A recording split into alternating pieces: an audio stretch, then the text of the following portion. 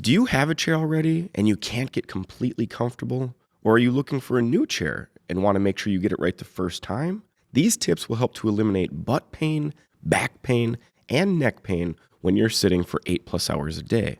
Seat height is the first adjustment you probably make on your chair, and for good reason. Ideally, the chair needs to be positioned properly so that you can use your desk and keyboard without reaching up or down. You want your arms to be flat and your wrists to be neutral.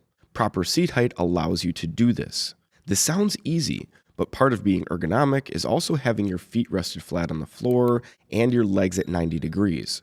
The problem is that standard desk height is 30 inches, and most people aren't tall enough to sit at a desk this tall with their legs at 90 degrees and their arms flat for their keyboard. There are 2 tricks to solve this problem. The first is to use a height adjustable desk so that you can lower it from that 30-inch mark. If you go this route, make sure that the table specs allow the table to go below 27 inches. If you want to use a standard size table, then just use a footrest. In my opinion, the footrest is the most underrated office furniture tool out there. I use one, and so do most of us at BTOD. Being able to adjust the depth of the seat so that it's positioned between 2 and 3 inches behind the back of your knees is crucial. If the seat is too shallow, then you won't have proper support for your thighs, which can lead to leg and butt discomfort. In extreme cases, like the Herman Miller Vantum, the seat might be so shallow that you have to sit in almost a perched position, which really puts a lot more strain on your back muscles.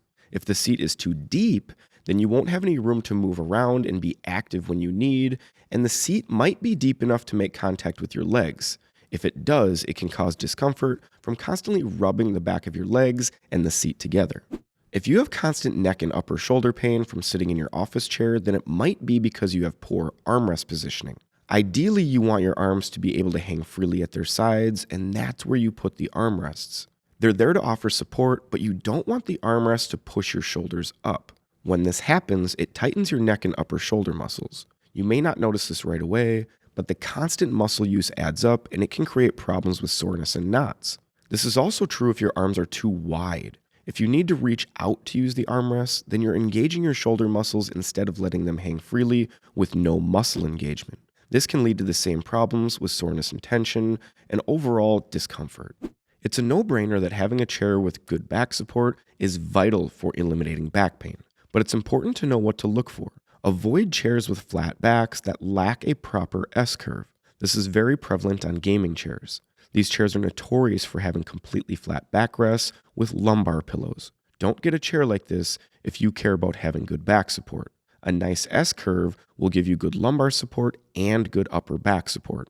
Chairs like the Eurotech Vera and Human Scale Liberty have the most basic backrest functionality, but because they are designed with such great S-curves, they are super comfortable. If you need a ton of lumbar support though, then make sure to get a model that has an adjustable lumbar support system. This will give you the control over the amount of the support that you get, and you can switch it up as the day goes by.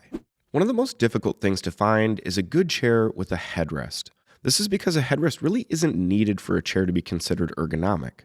There are very few chairs that have headrests capable of supporting you while you're tasking. Most will be used when reclining back and relaxing. For this reason, I think it's important to consider why you are getting a headrest. If you're getting it because you have neck pain, it may not be the solution that you're looking for.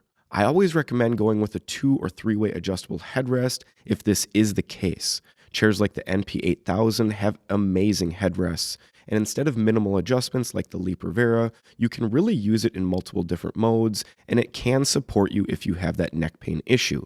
If you're just using it to relax or kick back, then I think that's usually the best case scenario because there's a lot of headrests in this area, but they won't be great for tasking.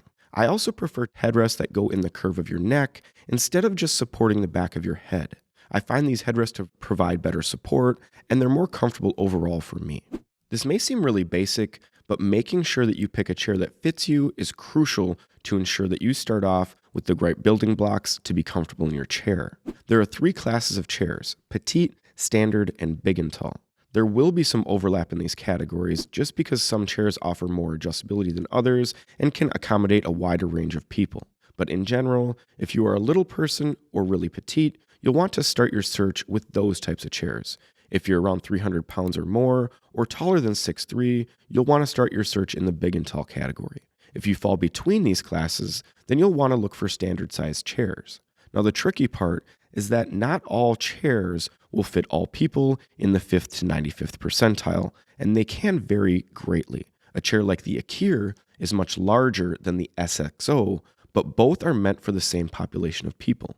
If you're smaller, you won't fit the Akir, and if you're a little bigger, you're not going to be able to fit in the SXO.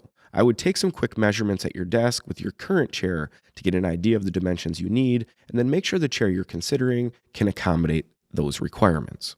The seat pad is going to be the biggest factor in determining the comfort of the seat and therefore your butt. The biggest cause of butt pain is going to be the seat being too hard. The problem is that simply getting a really soft seat is not the solution. A soft seat will be more comfortable on your butt, but it can have negative effects on your lower back. A soft seat can cause your lower back to kind of crunch on itself instead of maintaining a proper S. This may not cause discomfort right away, but it adds up over time. This is what happened to me after using a thick memory foam type seat for almost a decade. I always thought the chair was super comfortable, but I didn't realize the adverse effects it was having on my back until I switched to seats with thinner seat pads.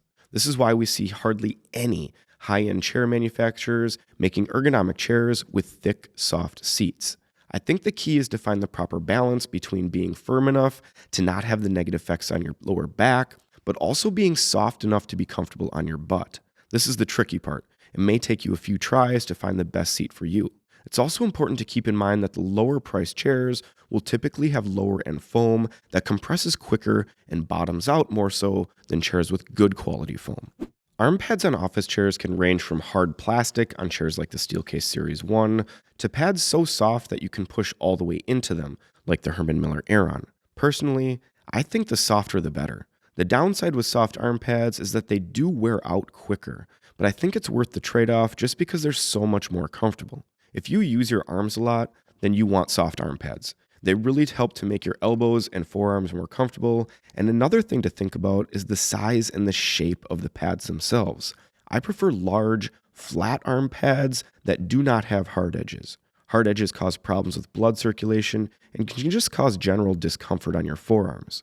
I also like pads that have a sloped design at the front because they help to get you closer to the desk and they remove the potential hard edge that can happen when you recline.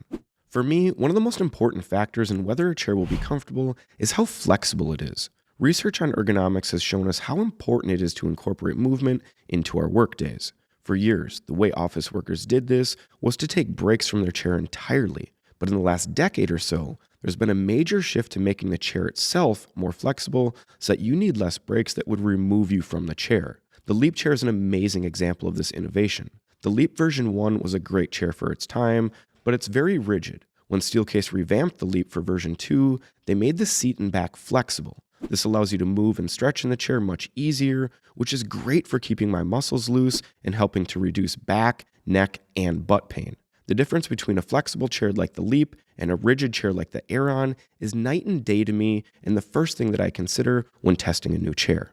The recline on a chair is something that most people consider, but the way it can help with overall comfort in all areas is often overlooked. The recline won't have a direct impact on something like butt pain like a quality seat pad will, but it follows the same concept as making the chair more flexible. Recline incorporates movement into the chair, allowing you to change positions or just move constantly for a few minutes to stretch your muscles and help increase that blood flow. Having a chair with a solid recline can be a game changer. I prefer chairs with synchro tilt mechanisms as compared to center tilt, swivel tilt, or knee tilt. The latter models will make your feet come up off the floor. This is bad because it can cause discomfort behind the back of your legs and will often cause your knees to bang into your desk. A synchro tilt will give you a design that allows you to recline back while leaving your feet flat on the floor.